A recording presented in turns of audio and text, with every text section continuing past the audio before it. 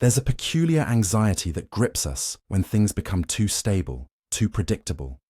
We dismiss it as restlessness, as ingratitude for the peace we've supposedly achieved. But what if that anxiety is actually perception? What if it's the only honest response to finding yourself embedded in a reality that has calcified around you like amber around an ancient insect? Terence McKenna understood something that most philosophers dare not articulate. That consensus reality, this thing we call the real world, is not a foundation to build upon, but a cage we've collectively agreed to inhabit. And the more stable that cage becomes, the more invisible its bars. Consider for a moment the texture of your daily life, the routes you travel, the thoughts you think, the desires you're permitted to express. There's a script here, isn't there?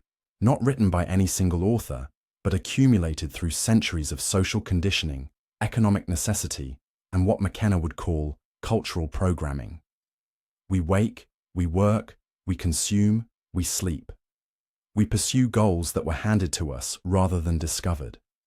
We measure success by metrics that we never questioned deeply enough to realize were arbitrary. And the most insidious part? The system works. It functions. It provides just enough comfort, just enough distraction, just enough intermittent reward to keep us from asking the dangerous question: what if all of this is simply one possible configuration of consciousness, and not even a particularly interesting one? McKenna spent his life as a kind of ontological archaeologist, excavating the buried assumptions beneath our collective feet. He recognized that human beings are creatures of extraordinary plasticity, capable of inhabiting radically different reality tunnels, different operating systems of consciousness. Yet we've settled into this one narrow bandwidth of experience and declared it reality with a capital R. We've built institutions to defend it, created psychiatric categories for those who stray too far from it, and worst of all, we've stopped noticing that it's happening. The stability we cherish is actually a kind of perceptual rigor mortis. The architecture of consensus reality is maintained through repetition. Every day that you follow the same patterns, think the same thoughts, accept the same limitations, you're casting a vote for the world as it is. You're participating in a mass ritual of reality confirmation. And here's what McKenna understood with crystalline clarity. This isn't malicious. There's no conspiracy of evil puppet masters forcing this upon us. It's far more insidious than that. It's an emergent property of human cognition meeting social organization. We create these stable structures because uncertainty is terrifying. We create predictability because chaos feels like death. We build cages and call them homes because we've forgotten that we're the ones holding the keys. But let's go deeper. What exactly do we mean by stable? In physics, stability often means a system has found its lowest energy state. A ball resting at the bottom of a valley is stable. It would take energy to move it. In human terms, stability means that the patterns have worn grooves so deep that deviation becomes genuinely difficult. Your neural pathways have been shaped by repetition. Your social identity has been reinforced by thousands of interactions that confirm you are who you think you are. Your economic survival depends on maintaining certain behaviors. Your relationships require you to be consistent, predictable, recognizable. The stable system, in other words, is one that has made alternatives nearly unthinkable. McKenna's genius was recognizing that this stability is not natural in any cosmic sense. It's a historical accident, a particular phase state that human consciousness has entered, largely in the last few thousand years. For the vast majority of human existence, we lived in what he called archaic modes of consciousness, fluid, mythological, visionary. The boundaries between self and other, between inner and outer, between possible and impossible, were far more permeable. Then came agriculture, then cities, then writing, then industrial civilization, each layer adding more structure, more definition, more solidity to the reality we inhabit. We traded flexibility for security, traded vision for predictability, traded magic for management. And here's the vertigo-inducing part. It worked. The stable world delivered material abundance beyond the wildest dreams of our ancestors. It gave us medicine, technology, extended lifespans, global communication. So how dare we question it? How dare we suggest that this magnificent edifice of human achievement might also be a kind of prison? But that's exactly the dangerous insight that McKenna forces us to confront. The cage can be golden and still be a cage. The illusion can be comfortable and still be an illusion. Think about the word real for a moment. We use it constantly, but what does it actually mean? In common language reveals itself as a reality-generating mechanism rather than a neutral tool for describing what's already there. And crucially, these aren't just hallucinations in the sense of seeing things that aren't there. They're revelations of the arbitrary nature of our usual perceptual filters. Imagine you've spent your entire life wearing glasses with a subtle tint, so subtle that you've never noticed them.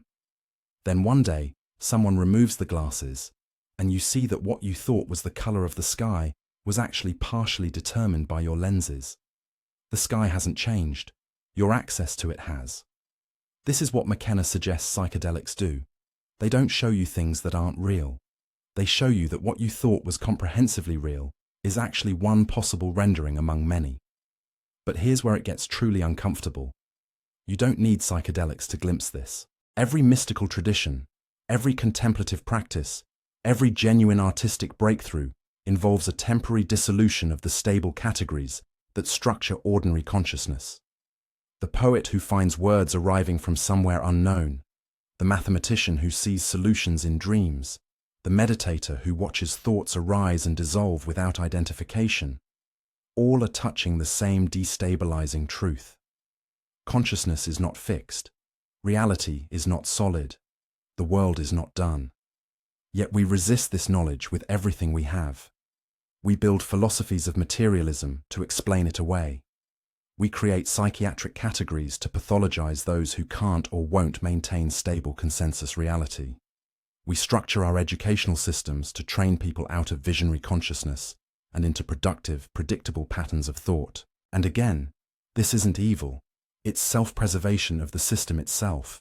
A complex civilization requires reliable components. It requires people who show up on time, follow instructions, maintain consistent identities, pursue legible goals. The visionary, the mystic, the psychonaut. These are threats not because they're wrong, but because they're right in ways the system cannot afford to acknowledge.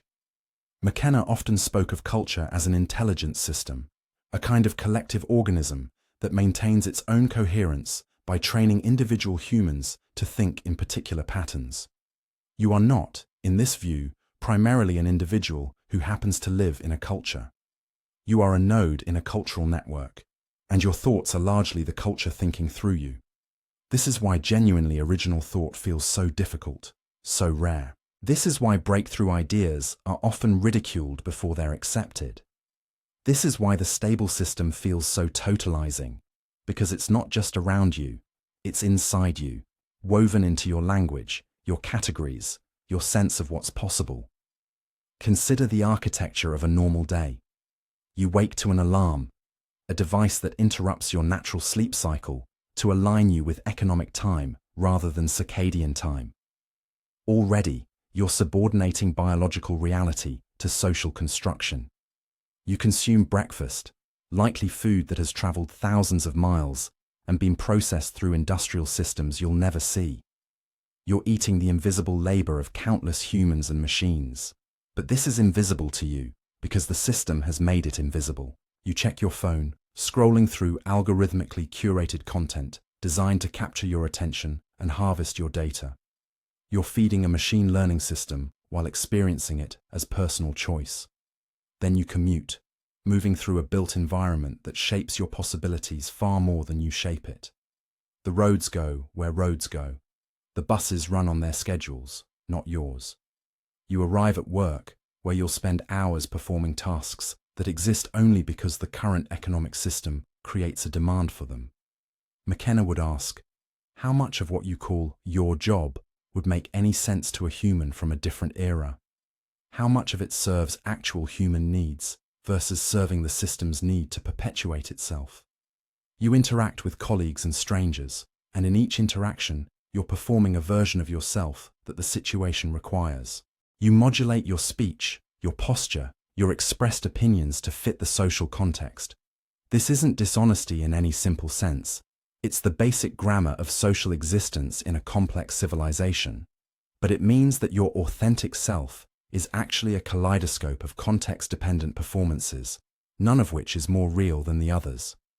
Who you are is not a stable essence, but an emergent property of your current situation.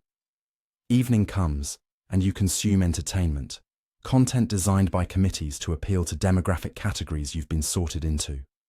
You experience this as relaxation, as personal enjoyment, but McKenna would note that you're being trained even in your leisure.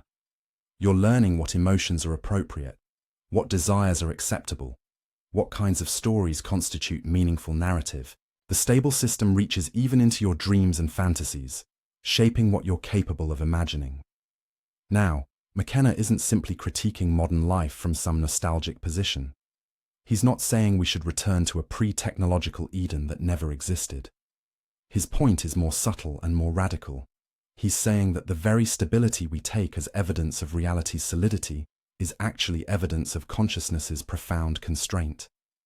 We have collectively talked ourselves into a very particular trance state, and we've become so skillful at maintaining it that we've forgotten it's a trance. The danger of comfort, then, is not that it makes us lazy or weak, though it may do that too. The danger is that it makes us unconscious of the process by which reality is constructed moment by moment. When things are stable, when patterns repeat reliably, we stop questioning, we stop noticing. We enter a state that resembles sleepwalking, moving through a world of solid-seeming objects and fixed categories, never recognizing that our own consciousness is actively generating the solidity and the fixity. In traditional societies, this was understood and addressed through ritual. There were scheduled breakpoints in ordinary consciousness, seasonal festivals, rites of passage, sacred ceremonies involving fasting, sleep deprivation, or entheogenic plants. These weren't primitive superstitions. They were cultural technologies for preventing consciousness from calcifying into a single mode. They were reminders that the stable world was not the only world, that other ways of being were possible and sometimes necessary. Modern secular civilization has largely abandoned these practices while massively amplifying the forces that create stability. We live in climate-controlled environments, eat the same foods year-round, maintain constant artificial lighting that obscures natural cycles. We've created a perpetual present, a kind of eternal Tuesday afternoon, where nothing fundamental ever changes. And we've done this so successfully that many people now experience anxiety or depression, not despite the stability, but because of it. Some part of the psyche recognizes that this isn't how consciousness is meant to operate, locked into a single channel, playing the same program endlessly. McKenna's concept of the felt presence of direct experience becomes crucial here. He argued that there's a quality of immediacy, of authentic contact with being, that the stable system systematically erodes. When everything is mediated, by language, by technology, by social roles, by economic relations, you lose touch with the raw thisness of existence. You start living in a world of representations rather than presences, of signs rather than realities. The map becomes so elaborate, so all-encompassing, that you forget there's a territory underneath. This is why psychedelics were so important to his philosophy. Not because they show you pretty colors or make you feel good, but because they temporarily dissolve the representational overlay. Suddenly, you're not looking at a tree, a word, a concept, a known thing. You're confronted with an actual presence, a living being whose existence exceeds all categories you might impose on it. You're not thinking, I am looking at a tree. Subject and object, seer and seen, the entire apparatus of representational consciousness momentarily collapses, and there's just being, happening, presence. And here's what makes this so destabilizing. Once you've had that experience, you can never quite forget that ordinary consciousness is doing something. It's actively constructing the world you think you're passively perceiving. Your stable reality is revealed as a kind of ongoing performance, a magic trick you're playing on yourself so skillfully that you've convinced yourself it's not a trick at all. McKenna would often point to language as the primary reality-generating mechanism. Before you can think about something, you need words to think with. But words come loaded with implicit ontologies, with built-in assumptions about what exists and how it's organized. The very structure of subject-predicate grammar implies a world of stable entities doing discrete actions. But what if the world isn't actually organized that way? What if it's all process, all flow, all continuous transformation, and language is imposing a false solidity onto it? Consider how you think about yourself. I am a person who... fill in the blank. I am a person who likes coffee. I am a person who struggles with anxiety. I am a person who works in marketing. Each of these statements creates a kind of ontological claim. It asserts the existence of a stable I that possesses attributes and performs actions. But is that actually your experience? If you pay very close attention, isn't it more like a river of sensations, thoughts, and impulses that you're constantly narrating into a coherent self? The stability of your identity is not a given. It's an achievement, something you're doing in every moment, usually without noticing. This becomes obvious in moments of crisis or transition. When major life changes occur, a relationship ends, you lose a job, you face serious illness, the stable self cracks open. Suddenly, you don't know who you are anymore. But here's the twist. You never knew who you were. You just had a well-rehearsed story about it, a story that the stable system supported and confirmed. When that support is withdrawn, the constructed nature of identity becomes briefly visible. McKenna suggests that this revelation, the dissolution of fixed identity, is not a pathology to be cured, but an opportunity to be embraced. It's a chance to see through the illusion of stability and recognize consciousness for what it really is, a creative process, a world-generating activity, not a thing but a doing. You are not a noun, you are a verb. You are not being, you are becoming. But the stable system cannot allow this understanding to spread too widely, because a population that truly grasped the constructed nature of reality would be ungovernable in the traditional sense. How do you control people who don't believe in the reality of money, national borders, corporate hierarchies, or legal obligations? How do you maintain economic productivity when people realize that most of what they're producing serves system maintenance rather than human flourishing? How do you fight wars when soldiers see through the constructed nature of national identity? This is why visionaries, mystics, and psychonauts have always been viewed with suspicion by power structures, not because they're irrational or deluded, but because they've seen something that the system depends on everyone not seeing. That reality is negotiable, that the rules are provisional, that the emperor has no clothes. The stable system maintains itself by convincing you that its stability is natural, necessary, and comprehensive. The visionary experience reveals that it's none of these things. Let's examine more closely how this illusion of stability is manufactured and maintained. One of McKenna's key insights was that culture operates primarily through the control of information and perception, rather than through overt force. You're not physically coerced into experiencing reality in a particular way. You're seduced into it, trained into it, rewarded for it. The process begins in childhood and continues throughout life, becoming so thorough that resistance doesn't even occur to most people. Educational systems are particularly crucial in this regard. School teaches many things beyond the formal curriculum. It teaches you to sit still for hours, to accept arbitrary authority, to measure your worth through external validation, to compete with peers for scarce rewards, to fragment knowledge into disconnected subjects. Most importantly, it teaches you that reality is something taught by experts rather than something you can explore directly. The message, delivered thousands of times across years of schooling, is, "We will tell you what's real. We will define the parameters of acceptable thought. Your direct experience is less trustworthy than our institutional knowledge." This might sound like paranoid conspiracy thinking, but McKenna would argue it's more mundane and more insidious than that. No one sat down and designed education to be indoctrination. Rather, institutions evolved to perpetuate themselves, and an institution that produces people capable of questioning its foundations would be selecting for its own extinction. So naturally, over time, educational systems come to favor conformity, deference to authority, and acceptance of established frameworks. The teachers themselves are products of the same system, so they're not conscious conspirators. They're true believers, sincerely trying to help young people adapt to the real world. And that phrase, the real world, is one of the most powerful linguistic tricks ever devised.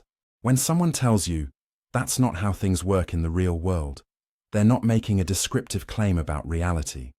They're making a normative claim about what you should accept and stop questioning.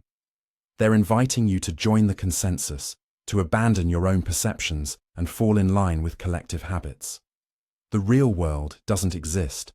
There are only world models, and some are currently more powerful than others. Economic systems play an equally crucial role in stability maintenance. Money is perhaps the most successful reality construct humans have ever created. Think about it. Money has no inherent existence. It's not a thing in nature. It's a story we tell, a game we play, a set of agreements we maintain. Yet it shapes your life more than almost any other factor. It determines where you live, what you eat, how you spend your time, whom you can form relationships with. You experience it as a hard constraint, as reality, but it's actually just a particularly robust social fiction. McKenna would point out that money's power comes precisely from the fact that everyone believes in it. If enough people stopped believing, it would evaporate like morning mist. But that's precisely why the system guards this belief so carefully. Economic education, media narratives, legal structures, and social norms all work together to naturalize money, to make it seem like a fact of nature rather than a human invention. The stability of the monetary system depends on you never quite recognizing that you're participating in a collective hallucination. The same analysis applies to nation-states, corporations, legal systems, and most other large-scale social structures. They exist only because we collectively agree to pretend they exist. We've drawn lines on maps and called them borders. We've written words on paper and called them binding contracts. We've created organizational charts and called them authority structures. None of this exists in the mind-independent reality that a physicist studies. It's all intersubjective reality, real only because and insofar as we treat it as real. But here's the crucial move. Once these fictions achieve sufficient stability, they begin to constrain the very consciousness that created them. You can't just decide to stop believing in money and expect to survive in a monetized economy. You can't simply ignore national borders without facing legal consequences. You can't opt out of social structures that your survival depends upon. The illusions, having achieved stability, become functionally real. They have teeth. They bite. This is what McKenna means when he talks about the dangerousness of stability. The more stable a reality construct becomes, the harder it is to see that it's a construct. The more thoroughly it's woven into the fabric of daily life, the more it seems like neutral background rather than active construction. And the more people whose survival depends on the construct, the more resistance there is to questioning it. A certain threshold is crossed, and the illusion achieves escape velocity. It becomes self-perpetuating, self-defending, nearly unassailable. Technology accelerates this process in complex ways. On one hand, technology can destabilize by introducing new possibilities and breaking down old structures. The internet, for example, has massively disrupted information monopolies and enabled new forms of connection and organization. But on the other hand, technology extends the reach of the stable system, making it more totalizing, more inescapable. Your phone tracks your location, your searches, your social connections. Algorithms shape what information reaches you. Digital systems mediate an increasing fraction of human interaction, and all of it generates data that feeds back into systems of control and prediction. McKenna, who died in 2000, didn't live to see the full flowering of the surveillance capitalism that now dominates digital life. But he would have recognized it instantly as an amplification of the processes he'd already identified. The stable system has found new tools for maintaining stability. Algorithmic curation that keeps you in comfortable filter bubbles. Social media dynamics that punish deviation and reward conformity. Digital architectures that channel behavior in predetermined directions while maintaining an illusion of choice. Consider the experience of scrolling through a social media feed. You feel like you're making choices, which posts to read, what to like, what to share. But the options you're choosing among have already been selected by an algorithm designed to maximize engagement, which is itself a proxy for data extraction and attention capture. Your choices are real within the frame, but the frame itself is constructed by forces you don't see and can't negotiate with. It's choice within constraint, freedom within prison, agency within a script written by someone else. And because the experience is comfortable, the content is tailored to your preferences, the interface is smooth, the dopamine hits are regular, you don't notice the constraint. The comfort disguises the control. The personalization feels like freedom when it's actually a sophisticated form of containment.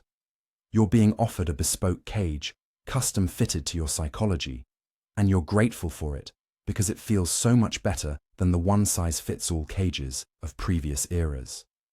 This is the apex of stable system design, when the subjects of control become participants in their own containment, when the cage becomes invisible because its bars are made of pleasure and convenience. McKenna would call this the ultimate triumph of the reality construct, when it becomes so well adapted to human psychology that resistance doesn't just seem difficult, it seems undesirable. Yet there are cracks. There are always cracks. Psychedelics are one such crack. They forcibly destabilize consciousness, revealing the constructed nature of everyday reality. But there are others. Meditation can do it, if practiced deeply enough. Wilderness immersion can do it, by removing you from the human-constructed environment that continuously reinforces consensus reality.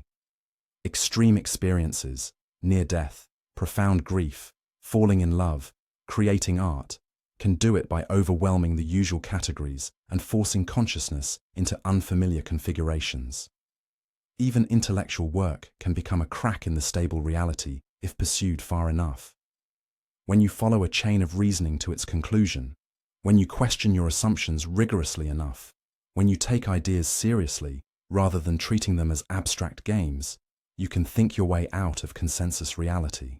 This is what happened to philosophers like David Hume, who followed empiricism to its logical conclusion and discovered that the existence of the external world, causation, and even the self cannot be rationally justified. This is what happened to physicists like Niels Bohr, who followed quantum mechanics where it led and found himself saying things like, "If you're not shocked by quantum mechanics, you haven't understood it." McKenna's project was to collect and amplify these cracks, to show that they're not anomalies or failures of the stable system, but glimpses of something more fundamental. Consensus reality is not wrong exactly, but it's incomplete. It's one mode among many possible modes. It's useful for certain purposes, building bridges, growing food, coordinating large groups, but it's catastrophically incomplete as a picture of what consciousness is and what reality might be. The danger of comfort is that it lulls you into accepting this incomplete picture as comprehensive. When life is stable, when needs are met, when social reinforcement is constant, you stop looking for cracks. You stop questioning. You accept the reality that's handed to you because rejecting it would require energy, risk, discomfort. The system doesn't need to force you into compliance. It simply needs to make compliance the path of least resistance. There's a particular quality of experience that McKenna called boundary dissolution, and it's central to understanding why stable systems are inherently illusory. In ordinary consciousness, you experience yourself as separate from the world. There's a clear boundary. Inside the skin is me. Outside the skin is not me. Subject versus object. Self versus other. This seems so obvious, so self-evident, that questioning it appears absurd. Of course you're separate from the chair you're sitting on. Of course you're separate from other people. This is basic reality, right? But McKenna would ask, is it? Or is it simply the most habitual way of organizing experience? Because in the psychedelic state, or in deep meditation, or in certain mystical experiences, this boundary can dissolve. And when it dissolves, you discover something strange. The boundary was never actually there. It was a perceptual habit, a way of passing experience, not an ontological fact. You are not, it turns out, a separate self encountering a separate world. You are an event in a field, a process in a flow, a temporary configuration of matter and energy that has learned to mistake itself for a permanent entity. This is not mystical nonsense or flowery metaphor. It's actually what physics has been telling us for a century. Quantum field theory describes reality not as objects, but as excitations in underlying fields. You are, quite literally, a pattern of vibration in space-time, fundamentally no more separate from your environment than a wave is separate from the ocean. The boundary of your skin is not an absolute division, but an arbitrary line drawn through a continuous field of matter and energy. Atoms flow in and out constantly. The food you eat becomes you. The air you breathe becomes you. The you of yesterday is made of different atoms than the you of today. So why does the boundary feel so real? Because evolution favored organisms that could distinguish self from non-self. It's useful to know where you end and the tiger begins. It's adaptive to maintain a consistent identity over time. The sense of separate selfhood is a survival mechanism, not an accurate perception of reality. But once that mechanism is in place, once consciousness becomes organized around the subject-object split, everything else follows. Language reinforces it. I see the tree. I touch the table. I think the thought. Philosophy builds on it. Descartes' cogito, the entire Western tradition of individual consciousness. Economics depends on it. Property rights, contracts, individual accountability. The stable system, in other words, is built on a perceptual illusion. And it's not just any illusion, but the master illusion from which all others flow. Once you believe you're a separate self, you need to protect that self, aggrandize it, defend its boundaries, compete with other selves for resources and status. The entire apparatus of civilization, from property law to warfare, from ego psychology to consumerism, rests on this fundamental misperception. McKenna's genius was recognizing that this illusion is not just cognitive, but emotional and somatic. You don't just think you're separate, you feel it in your body, in the tension of maintained boundaries, in the anxiety of isolated existence, in the chronic sense of alienation that characterizes modern life. You experience yourself as a lonely subject trapped behind your eyes, looking out at a world of objects that are fundamentally different from you. This is why connection, with other people, with nature, with something larger than the isolated self, feels so desperately important. You're trying to overcome a division that was never actually there. Psychedelics dissolve this division not by showing you something new, but by temporarily suspending the perceptual habit that creates it. The boundary dissolution that occurs is not a hallucination, but a more accurate perception. You're finally seeing what was always true, that you are continuous with the world, embedded in it, made of the same stuff, governed by the same laws, participating in the same cosmic process. The separate self was the hallucination. Boundarylessness is the reality. But here's the terrifying part. You can't live in that state permanently. Or rather, you can't live in modern civilization in that state. The stable system requires bounded selves. It requires people who believe they are separate individuals with distinct interests, who can make contracts, own property, be held accountable, and pursue personal goals. A person experiencing boundary dissolution can't sign a mortgage or show up for a 9-to-5 job or maintain consistent brand identity on social media. The stable system and the ego boundary are co-constituted. Each requires the other. This creates a profound tension at the heart of human existence in civilization. On one hand, we have mystical experiences, psychedelic insights, meditative states, and even intellectual understanding that reveals the separate self to be a fiction. On the other hand, we have a social system that absolutely requires us to behave as if the fiction is true. We're caught between two incompatible realities, and most people resolve the tension by simply forgetting the mystical insight and returning to the stable illusion.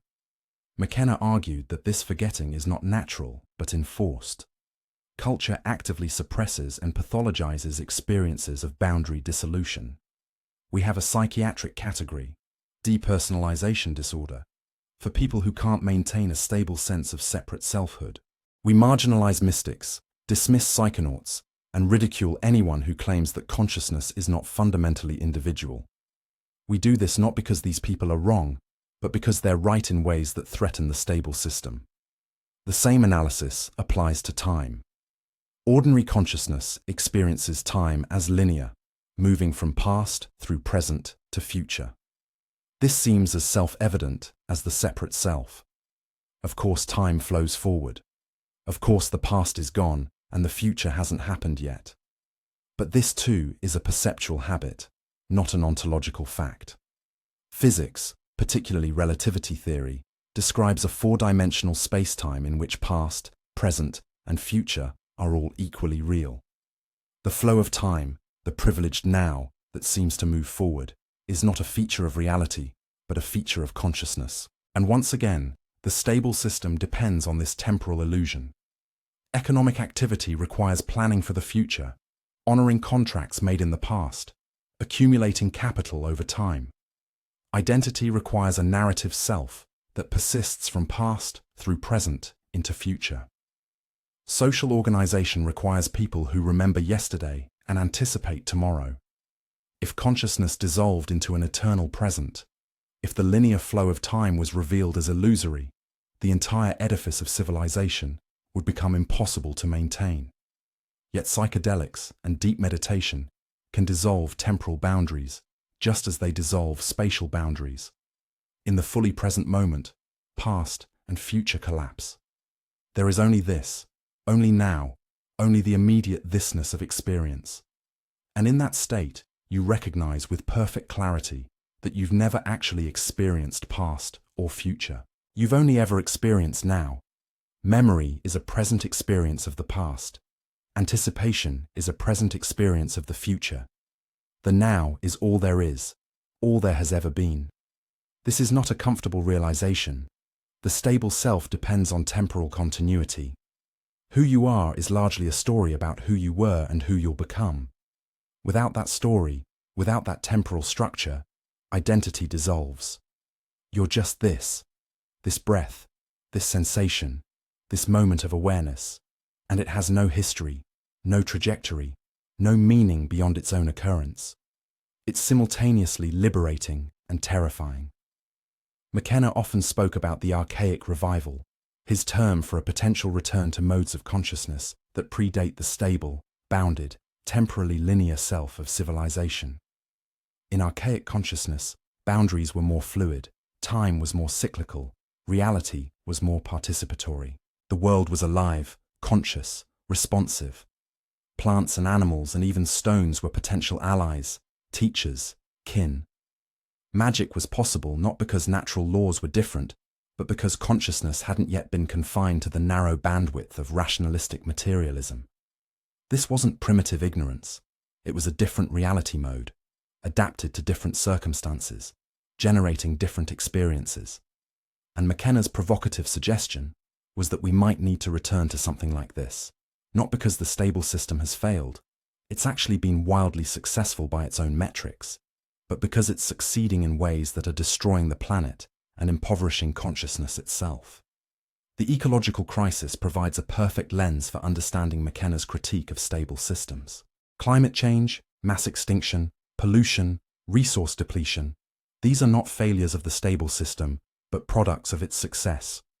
The stable system optimizes for economic growth, technological development, and material accumulation. It has done exactly what it was designed to do, and in doing so, it's undermining the very ecological foundations that make complex life possible. Why can't the stable system respond effectively to ecological crisis? Because the crisis is generated by the fundamental operating assumptions of the system itself. The system assumes that humans are separate from nature, that nature is a resource to be exploited, that economic growth can continue indefinitely, that technological fixes can solve problems created by technology, that individual and corporate short-term interests will somehow aggregate into collective long-term well-being. Every one of these assumptions is demonstrably false, but they're so deeply embedded in the stable system that questioning them feels like questioning reality itself. This is what McKenna means when he says, "The deeper the stability, the deeper the illusion." The stable system has become so totalizing, so all-encompassing, that alternatives have become literally unthinkable for most people. When someone says, "We need degrowth economics," or "We need to abandon industrial civilization," the response is typically, "That's not realistic." But what they mean is, that would destabilize the system. Reality and system stability have become synonymous in the cultural imagination. McKenna would argue that psychedelics offer a potential pathway out of this trap, precisely because they destabilize consciousness so thoroughly. When you've had the ego-death experience, when you've felt yourself dissolve into the biosphere, when you've experienced the earth as a living, conscious being of which you're a temporary expression, you can't quite maintain the illusion that you're separate from nature. You can't quite believe that destroying ecosystems is unrelated to destroying yourself. The boundary dissolution that occurs in psychedelic states isn't just personal, it's ecological. Many people who've had deep psychedelic experiences report a profound shift in their relationship to nature. Trees are no longer just objects in the landscape, but living beings, relatives, persons in their own right. Animals are no longer lesser creatures, but different forms of consciousness, alternative ways of being in the world. The biosphere stops being environment, something around you, and becomes you. Or rather, you recognize that you were always biosphere, that the separate human was the illusion. This shift in perception has ethical and political implications. If you genuinely don't feel separate from the rainforest, you can't be indifferent to its destruction. If you experience rivers and mountains as alive, you can't treat them as mere resources. The stable system's relationship to nature depends on maintaining perceptual and emotional distance, on experiencing nature as other, as object, as available for use. Dissolving that distance dissolves the justification for exploitation. But this is precisely why the stable system cannot allow widespread adoption of psychedelic consciousness. A population that has had boundary-dissolving experiences is a population that can't be easily mobilized for economic growth that destroys ecosystems. They've seen through the illusion, and seeing through it, they can't unsee it. They become, in the system's terms, unreliable. They might prioritize ecological health over GDP growth. They might value presence over productivity. They might choose simplicity over accumulation. They become immune to the primary motivational structures that drive the stable system. McKenna often quoted Aldous Huxley's observation that for a society to function, most people most of the time need to be slightly deluded. They need to believe that what they're doing matters in the way they think it matters, that their sacrifices serve purposes worthy of sacrifice, that the system within which they operate is fundamentally sound. Psychedelics threaten this necessary delusion by revealing the arbitrary nature of the values and goals that organize social life. This is not to say that psychedelics automatically make people enlightened ecologists or perfect humans. Plenty of people have psychedelic experiences and integrate nothing, change nothing, learn nothing. The experience itself doesn't guarantee transformation, but it offers a possibility, an opening, a crack in consensus reality through which different ways of being might emerge. And the stable system, because it depends on maintaining a particular reality construct, must resist and suppress this possibility. The same dynamic plays out with other forms of destabilization. Why does the system resist deep meditation? Because meditation, practiced seriously, leads to the same dissolutions of self, of time, of the subject-object boundary that psychedelics produce. Why does it marginalize mysticism? Because mystical experience reveals the constructed nature of ordinary reality. Why does it co-opt and commodify practices like yoga and mindfulness? Because the authentic versions of these practices are too destabilizing, too threatening to the stable order. Modern capitalist spirituality is a perfect case study in how the system defends itself against destabilization. Genuine spiritual practice, whether meditation, contemplation, prayer, or psychedelic exploration, leads to dissolution of ego, detachment from worldly pursuits, questioning of fundamental assumptions.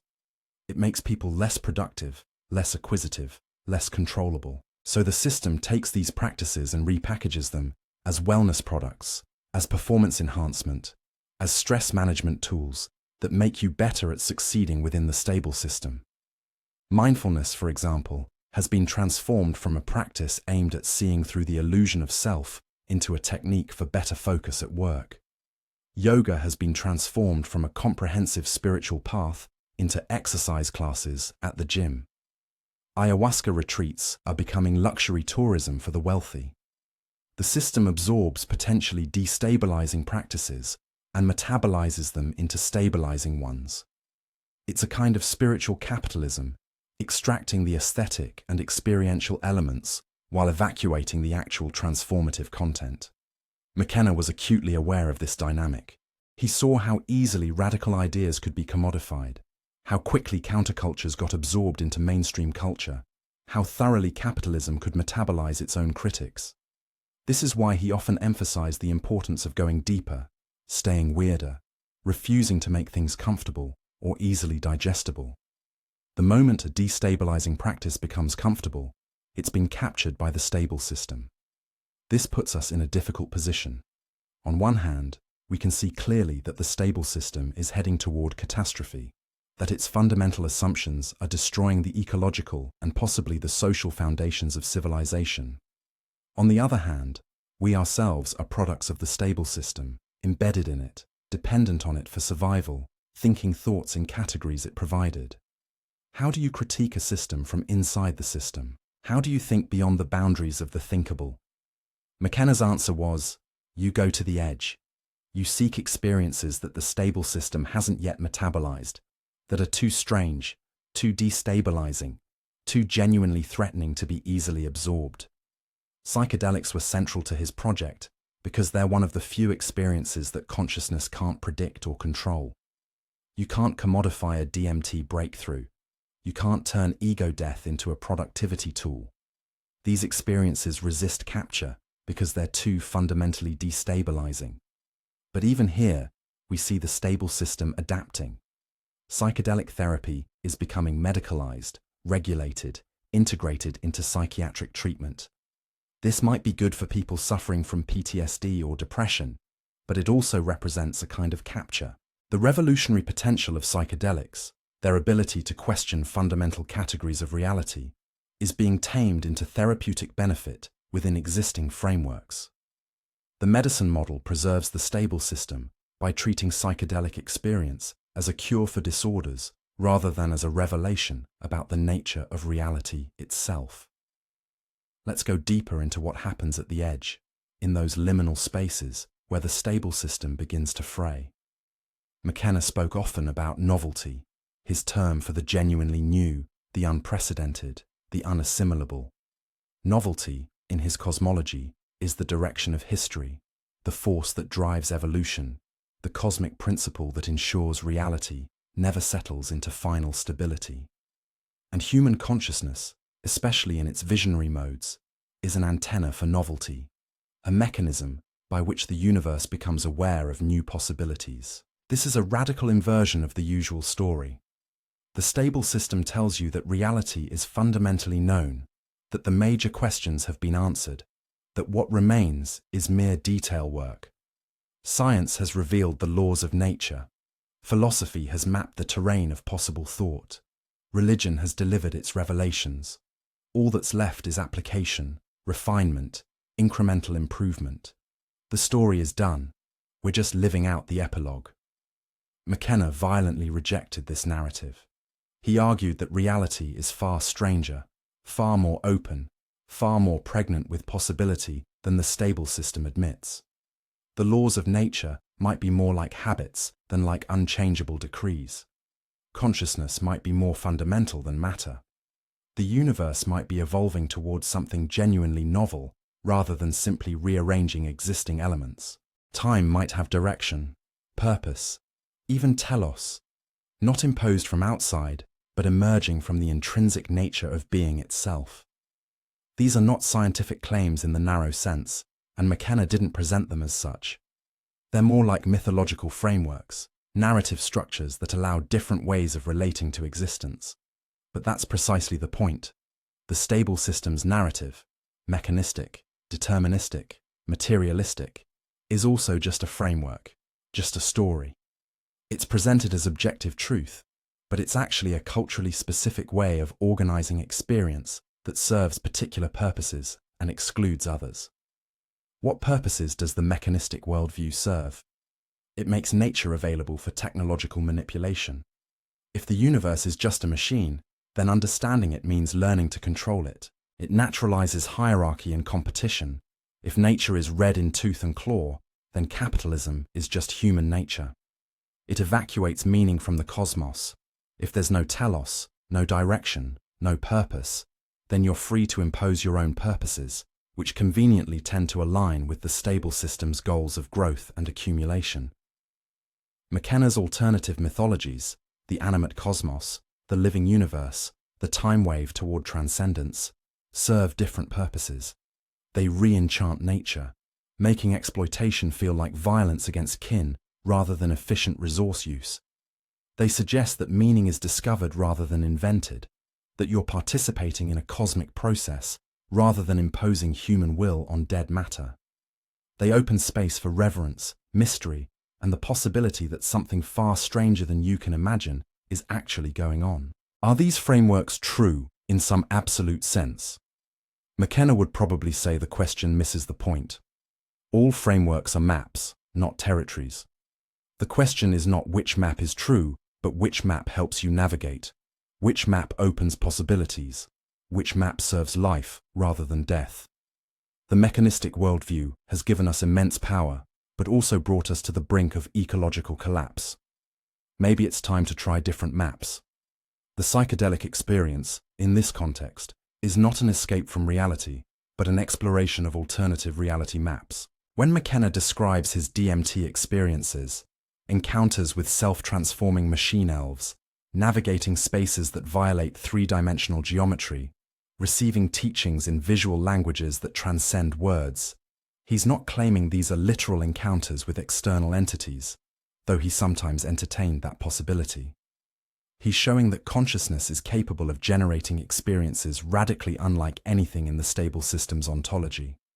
And the question becomes, if consciousness can generate these experiences, what does that tell us about what consciousness is? The stable system says consciousness is a byproduct of brain activity, an epiphenomenon, something that emerges from matter and returns to nothing at death. But the psychedelic experience suggests consciousness might be more fundamental, more creative, more autonomous than that. It suggests that the usual perception, where consciousness is a small thing inside a big universe, might be inverted. Maybe consciousness is the big thing, and what we call the material universe is a particular mode of consciousness, one possibility among many. This sounds like philosophical idealism, and in some ways it is. But McKenna wasn't interested in defending any orthodox philosophical position. He was interested in liberating consciousness from the constraints of physicalist dogma. If you believe that consciousness is just brain activity, then the stable system's reality is all there is or could be. But if consciousness is something more fundamental, more mysterious, more open-ended, then other realities, other modes of being, other ways of organizing experience become possible. This has implications far beyond abstract philosophy. It changes how you approach your own consciousness. In the stable systems model, you are a passive receiver of reality. The world is what it is, your brain processes it, and you experience the result. You're at the mercy of external circumstances and internal neurochemistry. But if consciousness is more fundamental, more creative, then you're not just receiving reality, you're participating in its creation. Your attention, your intention, your practice can actually shift what manifests. This is where McKenna's interest in chaos magic, manifestation, and reality hacking comes in. These practices are based on the idea that consciousness isn't just observing reality, but continuously creating it. By changing your internal states, you can change what manifests in experience. This isn't magical thinking in the pejorative sense.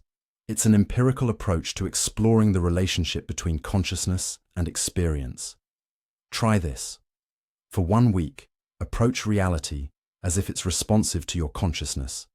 Notice synchronicities. Follow intuitions. Pay attention to what you pay attention to.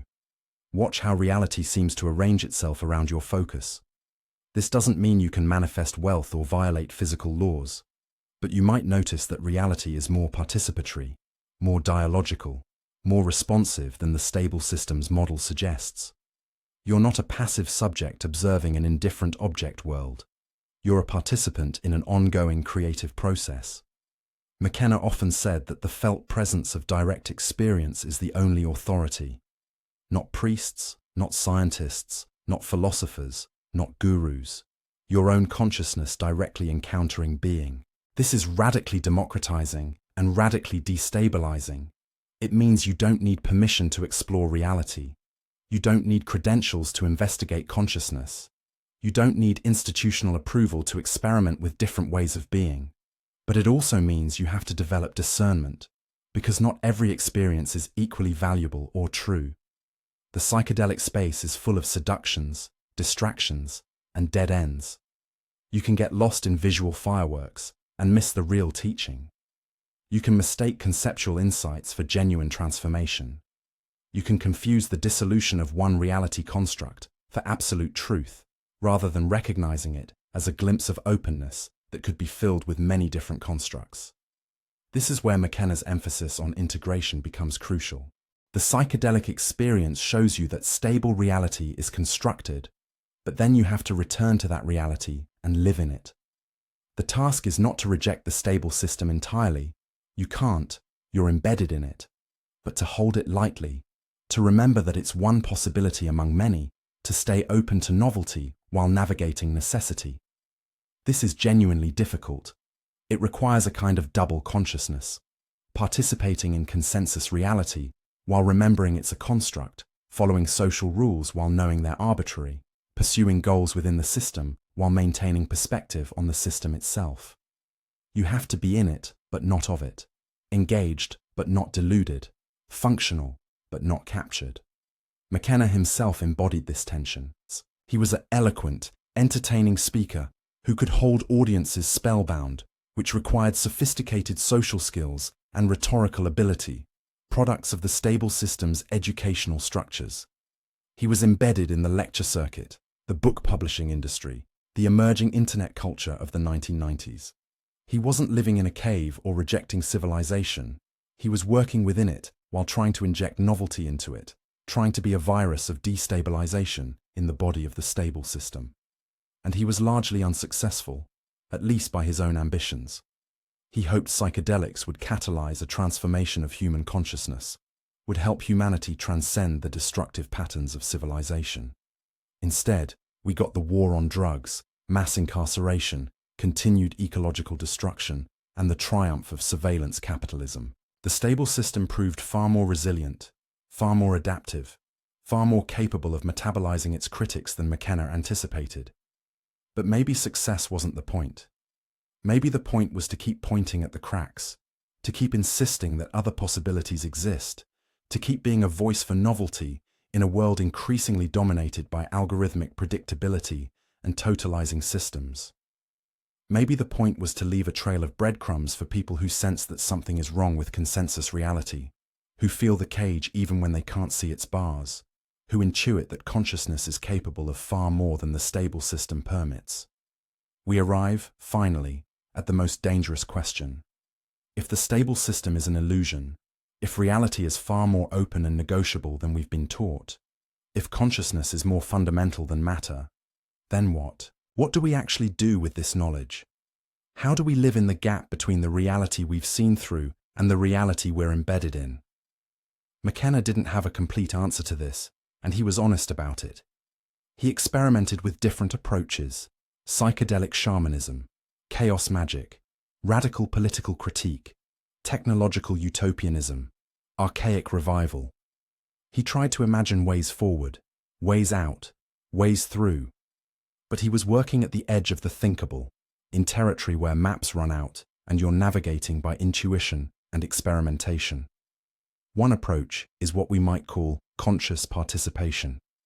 If reality is being constructed moment by moment through collective consciousness, then the question becomes, what reality are you voting for? With every action, every choice, every focus of attention, you're casting a vote for the world you want to inhabit.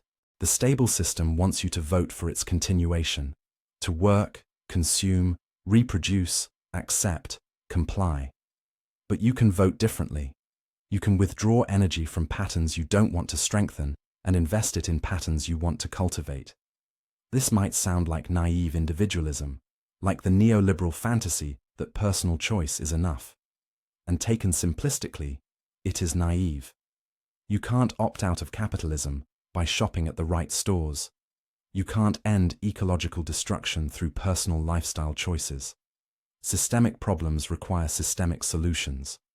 But the relationship between individual consciousness and collective systems is more complex than either pure individualism or pure collectivism suggests. Systems are made of patterns, and patterns are maintained by repetition. When enough individuals change their patterns, systems shift, not through any single act of defection or transformation, but through accumulated changes that reach tipping points. The stable system is stable because billions of people are continuously performing it. If enough people start performing something different, the system itself transforms. This is why the stable system works so hard to prevent imagination of alternatives. It's not just that alternative systems might be implemented, it's that imagining them is already a form of reality hacking. When you genuinely envision a different way of organizing society, a different relationship to nature, a different mode of consciousness, you're creating a thought form, a possibility, a seed that might germinate. And if enough people share that vision, it starts to take on a life of its own. McKenna believed deeply in the power of language and imagination to reshape reality. He saw the artist, the visionary, the psychonaut as participating in ontological engineering. They're not just describing reality, but actively participating in its creation. When a poet finds a new way to say something, they've expanded the space of possible experience.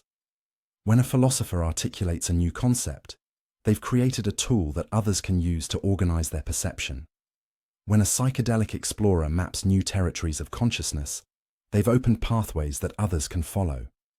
This is why McKenna spent so much time talking, lecturing, recording, writing. He was trying to infect consciousness with novelty, to plant seeds of destabilization, to give people conceptual tools for thinking beyond the stable system. He wasn't trying to recruit people to a movement or convert them to a doctrine. He was trying to awaken them to the constructed nature of their reality and their own power to construct differently. But this raises a profound ethical question.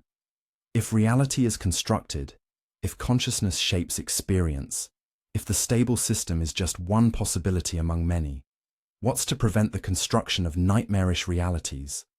What's to prevent the use of these insights for manipulation, control, domination? After all, advertising, propaganda, and social engineering are all forms of reality construction. Totalitarian systems understand perfectly well that controlling perception is more effective than controlling bodies.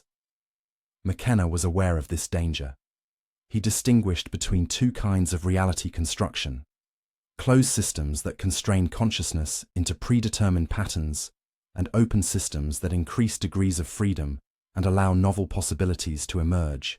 The stable system, despite its appearance of openness and progress, is actually a closed system.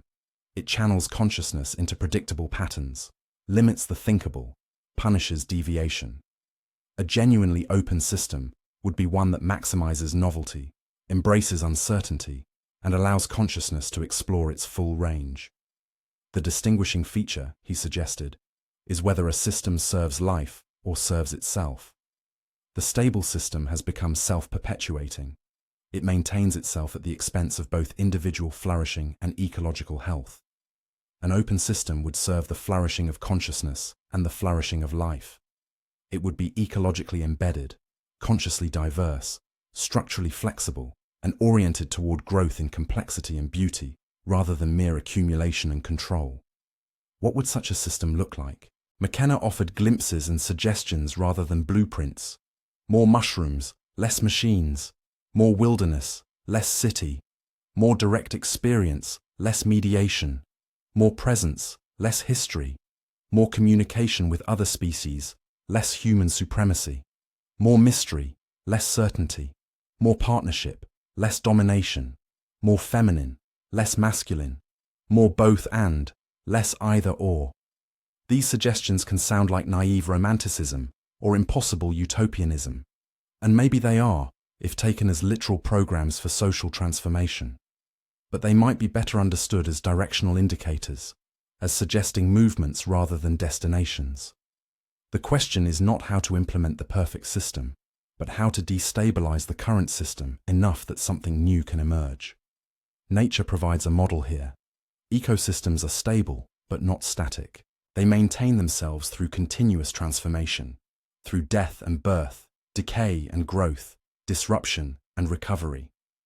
They're resilient, not because they resist change, but because they absorb it, metabolize it, incorporate it.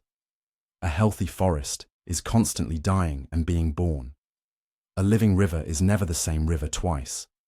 Stability through transformation, not stability through stasis. The stable human system has lost this quality. It tries to preserve itself against change, to maintain permanent structures, to resist transformation. And in doing so, it becomes brittle. It loses adaptability. It can't respond to novelty. When crisis comes, ecological, social, psychological, it can only do more of what it's always done, even when what it's always done is what caused the crisis. McKenna's vision, if we can call it that, was of a civilization that had learned to surf the wave of novelty rather than trying to dam it up. A culture that expected transformation, that built flexibility into its structures, that saw change not as threat, but as opportunity. A consciousness that was comfortable with uncertainty, that could dissolve and reform, that wasn't clinging desperately to stable identity, but was flowing with the ongoing creativity of being itself. Is this possible? Can humans maintain complex civilization without the rigid structures that currently organize it? Can we coordinate at scale without the stabilizing mechanisms of money, law, centralized authority, and shared reality constructs? McKenna didn't know, and neither do we. But the question itself is valuable. The question opens space. The question prevents premature closure. And maybe that's the real lesson from McKenna's work. Stay in the question. Don't settle into answers too quickly. Don't let comfort convince you that you've reached the end of exploration.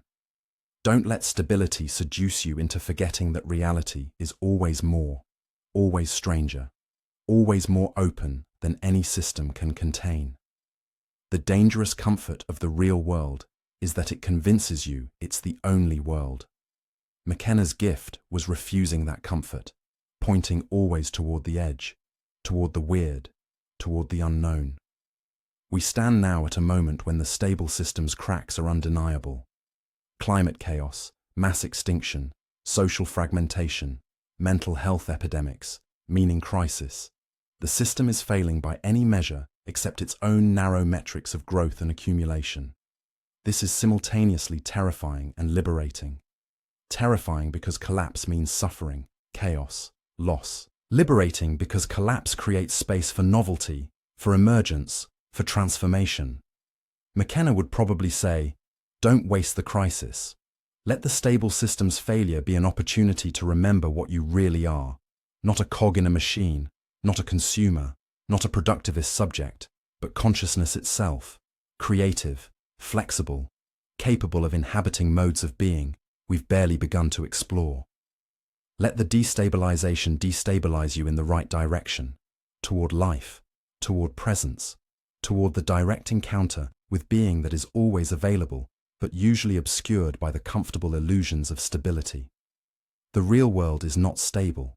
It never was. Stability was always the illusion, maintained through enormous collective effort, at tremendous cost, for purposes that served the system more than they served consciousness or life. As that illusion crumbles, we face a choice. Cling to the wreckage, trying desperately to maintain patterns that no longer serve, or let go into the uncertainty, trusting that consciousness, yours, mine, ours, life's, is creative enough to find new patterns, new ways, new worlds. This is not optimism.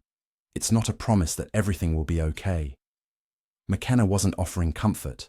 He was offering challenge, invitation, provocation. He was saying, you are far stranger, far more powerful, far more creative than the stable system allows you to remember. Reality is far more open, far more responsive, far more malleable than you've been taught. The cage is real, but its bars are made of habit and belief. And the key is in your hand, has always been in your hand, is your hand. Consciousness itself, capable of dissolving any construct it created, capable of building new worlds on the ruins of old ones. So, will you stay comfortable in the dangerous stability of the world as it is? Or will you step toward the edge, toward the weird, toward the destabilizing encounter with novelty that is reality's deepest nature? The choice is always now. The moment is always open. And consciousness is always free, even when, especially when, it has forgotten its freedom. This is what McKenna spent his life pointing toward. Not a doctrine, not a system, not another stable reality to replace the one we have, but the ongoing adventure of consciousness exploring itself, discovering that it has no limits except those it temporarily accepts, no boundaries except those it momentarily believes in, no destination except the ever-unfolding now.